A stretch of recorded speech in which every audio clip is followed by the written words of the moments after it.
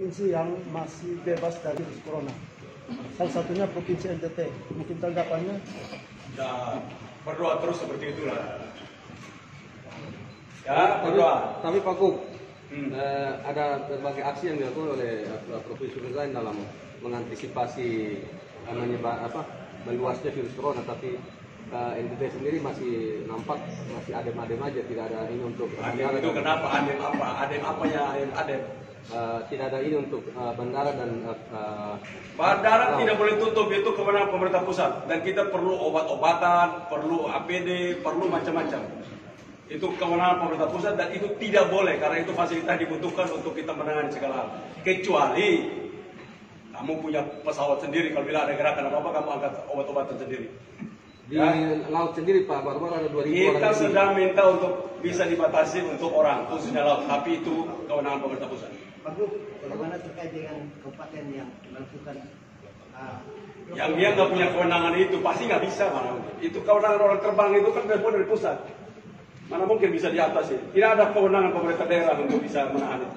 terkait dengan karantina daerah seperti apa Pak? Belum bisa, itu semua kewenangan pemerintah. Khusus untuk bencana sampai pada status darurat sipil seluruh pemerintah pusat.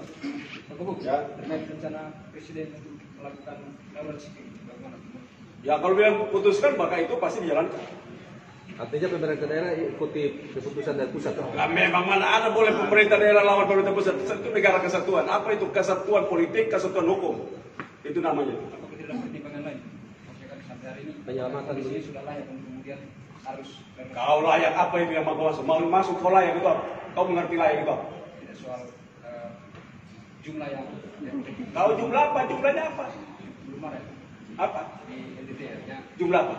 jumlah yang positif. Positif. Mana ada positif sembarang Yang positif kamu? maksudnya apakah sudah layak untuk melakukan darurat sipil? Mana ada darurat sipil itu negara mau darurat sipil maka dia berlaku untuk seluruh republik ini karena satu kesatuan politik dan satu kesatuan hukum. Pak Gub, seperti apa persiapan kabupaten kota setelah melakukan telekonferensi tadi? Ya itu kan melanjutkan apa yang diinstruksikan oleh Bapak Presiden. Satu, pencegahan antara lain dengan physical distancing, social distancing. Yang kedua, kita menyiapkan seluruh fasilitas untuk apabila terjadi apa kita mampu melayani masyarakat dengan baik. Ruangnya baik itu tempat-tempat isolasi, ruang isolasi kita siapkan dengan baik. Seluruh ruang rumah sakit kita siapkan baik. Yang ketiga, dampak, baik dampak sosial maupun ekonomi. Karena itu dampak sosial dan ekonomi itu kita menyiapkan agar seluruh yang kerja harian, buruh-buruh yang oleh karena COVID-19 ini mereka tidak bisa kerja. Maka kita akan bantu dengan bantuan-bantuan sosial. Dan pemerintah provinsi siapkan 270-an miliar itu untuk menyiapkan, membantu para masyarakat seperti itu. Dari setiap kabupaten dan kota di Provinsi Nusa Tenggara Timur, saya telah memerintahkan untuk mengalokasikan anggaran dari APBD-nya 13 miliar sampai 6 bulan ke depan untuk kita mampu mengatasi. APD sendiri Pak. Alat APD sendiri Pak.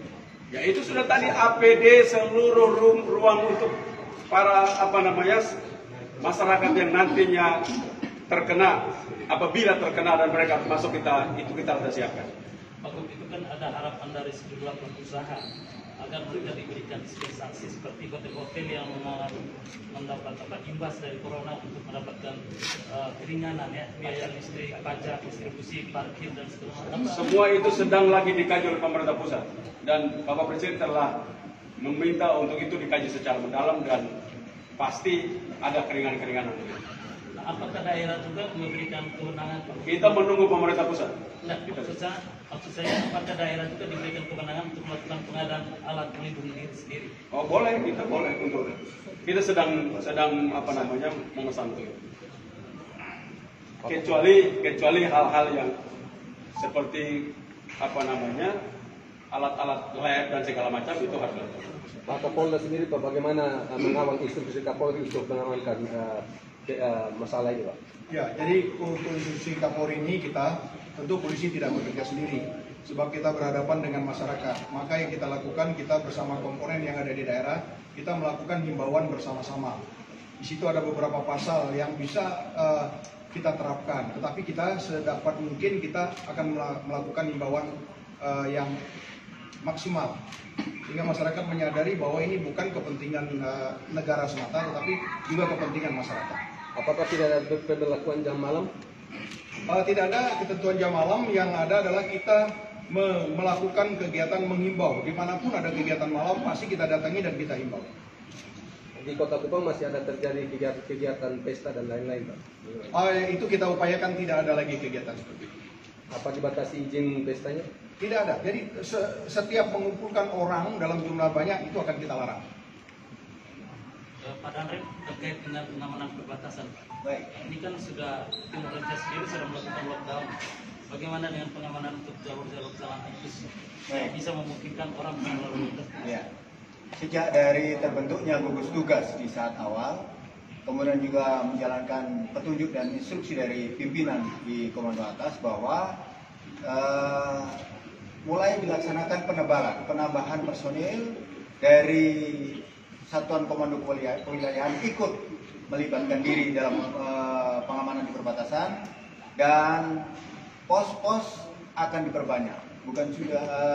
Artinya bukan ditambah dari orang luar, tetapi pos yang sudah ada sekarang ditambah jumlahnya dari organik yang ada. Itu yang kita lakukan. Sehingga jalan-jalan tikus dan sebagainya bisa kita kurangi. Ibu Ketua, ini yang terakhir. Para wartawan itu ikut membantu. Jangan OPD COVID-19. Kamu itu bikin orang takut. Kalian punya tanggung jawab juga. OPD itu orang duganya itu sana, itu datang dari mana? Oh, dari Jawa. Ya udah tinggal di situ dulu. Jangan kalau tambah COVID-19, ODP, orang dalam pengawasan itu. Orang dalam pengawasan artinya tidak ada apa-apa. Tunggu lihat kalau dia sakit. Orang sakit pun datang bilang bukan. Nanti kalau sudah COVID-19 terbukti. Jangan ditambah COVID-19. Nah, kalian juga bantu itulah. Kalau umpama provinsi lain pakai ya, biar mereka pakai aja. Ini tolong jangan. Kamu tulis saja ODP, orang dalam pengawasan. Titik, jangan ODP COVID-19. Itu kan orang paling stres nanti. Waduh, ada ODP COVID-19. Ini orang ada baik-baik, kau tambah COVID-19. Jadi masalah dia. Jadi kalian tuh. Ibu Ketua, bagaimana dukungan DPR untuk nama yang tadi disampaikan oleh Pak Gubernur? Bukan itu bukan. Ini juga yang saya bilang, bagus juga itu. Jadi kalau ODP itu sudah, itu orang kan datang mungkin dari Jakarta karena lagi merah pandemi di sana. Kita bilang tolong untuk di sini dari Satgas dari bandara, tolong kamu isolasi mandiri. Nah ini masuk dalam daftar, lalu keluar ODP COVID-19 NTT. Ini kan tidak benar kalian bikin begitu itu. Betul, mungkin provinsi lain bikin begitu. Kalau DTT ya jangan kalian bikin. Ini takut orang baca aduh naik terus ini. Orang jadi stres. Nanti kenapa? Kalau orang stres, maka imunnya turun. Kamu ikut membantu orang punya imun turun. Kalau orang stres itu kan membuat imunnya turun. Dan imunnya turun, dia yang kena. Padahal sebenarnya dia baik-baik aja. Kalau bilang ODP artinya aman-aman saja. Belum, pemerintah diharapkan serius supaya ODP terus tidak ada yang positif. Itu bagus. Orang masuk PDP, pasien di dalam pemantauan COVID-19, tambah lagi COVID-19. Padahal ini orang datang sakit batuk, mungkin radang tenggorokan, atau mungkin dia puasa ada foe, atau di mana. Ini kalian pergi tambah lagi begitu. Ini yang kalian ini gara-gara ini minta tolong sebagai gubernur atau ketua gugus tugas COVID-19, saya minta untuk kalian mampu juga menjadi bagian membangun rasa optimisme dari masyarakat. Kalian punya tugas. Kami dia ngomong satu, kalau yang bikin dua, kami mesti saya bantu untuk. Jadi itulah, kami kalau harus bantu juga ya. Oke, terima kasih.